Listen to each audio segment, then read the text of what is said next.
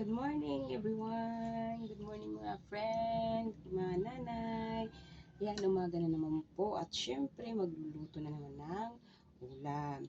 So, today's ulam po namin ay ano na lang. Kasi alam naman po mga bata,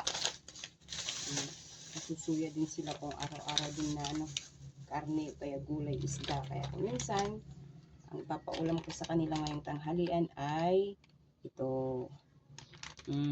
Tusino. Ito na to. Siyempre, para sa ulam naman mamayang gabi, maaga din kasi ako na malingki. Para sa panggabing ulam na rin, bumili ako ng karne. Yan. Guys, karne. Nahugasan ko na siya. Ganyan na lang. At ang gagawin ko po dito ay bababad ko. Mamarinate ko siya guys. At mamayang gabi ko na po siya lulutuin. So, ipiprepare ko po yung mga ingredients. Ayan, isang sibuyas lang at saka ilang pirasong garlic. Ayan. At saka suka, toyo, bitchin. Yan, hindi pwede kasi walang bitchin, magagalit yung mga kasama ko. Saka paminta, saka sarsa. Yan, kunting-kunti lang naman guys na bitchin yung lalagay ko. So, ayan, at hihiwa-hiwain ko na itong garlic. Saka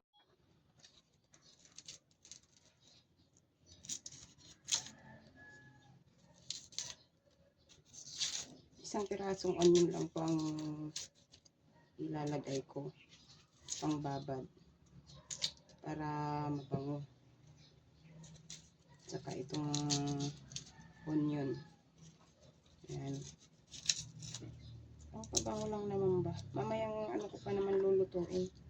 Mamayang hapon. Ulam lang pang gabi. Kumamit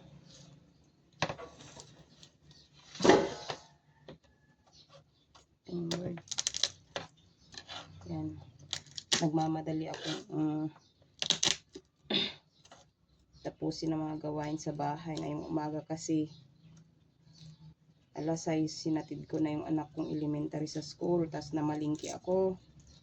Katapos ito na nga, pag uwi sa bahay, maglinis, maglaba, linisin ng mga kalat, tas magluto, magwalis sa labas. Ayan. Tapos, ayun na naman, magsusundo na naman ako ng anak ko, 11 o'clock. Dapat bago 11 o'clock, nasa school na ako. Kasi guys, naglalakad lang po akong pumupunta sa school. Mga 10 minutes lang naman po ang nilalakad ko. Tapos, ayan, maglalakad din po kaming pauwi ng anak kong grade 4 si Cesar.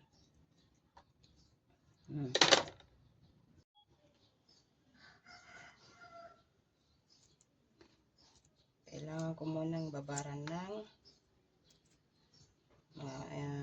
itong sibuyas, saka lasuna, garlic. Yan. Kunting bitchin para manamnam. Yan, saka paminta.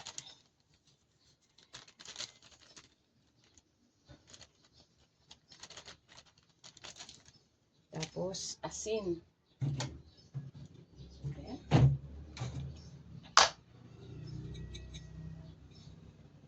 Lagyan ng asin.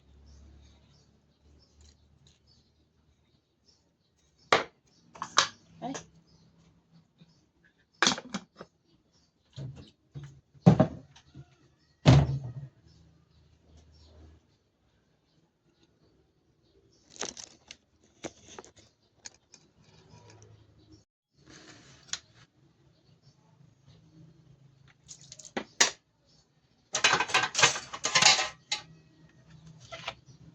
Toyo.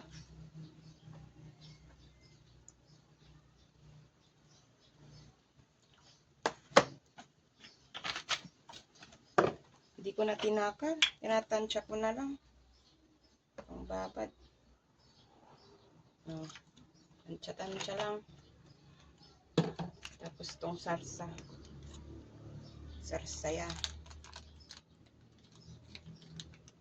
Ang marinate.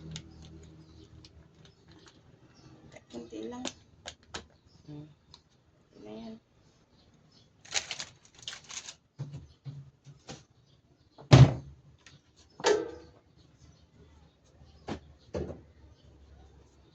Tapos syempre, kailangan haluin. Hindi ko na nilagyan ng kalamansi. Mamaya na lang ako magkakalamansi guys kapag kakakain na. Sausawan. Tapos yung sabaw nito, iluluto ko naman kasi ihahalo ko naman yung sabaw niya sa pagkain ng aking alagang aso't pusa. Ano ko sa kanin nila naman. So, ayan guys, ipababad ko na ito. Mamaya ko na ipiprito.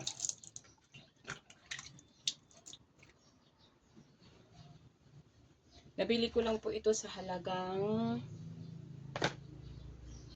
Guys, nabili ko lang po ito sa halagang 93. Oh, marami siya. Halos puro laman guys. 93 pesos lang pang bili ko dito. Parang mura ata ngayon ng baboy nag-request na naman yung grade 7 ko. Sabi niya, mama gusto ko ng ng pritong baboy. Kaya bumili naman na ako. Kasi pag hindi ko minsan sinusunod ng gusto ay, alam mo guys, magulo. Awayin nila ako.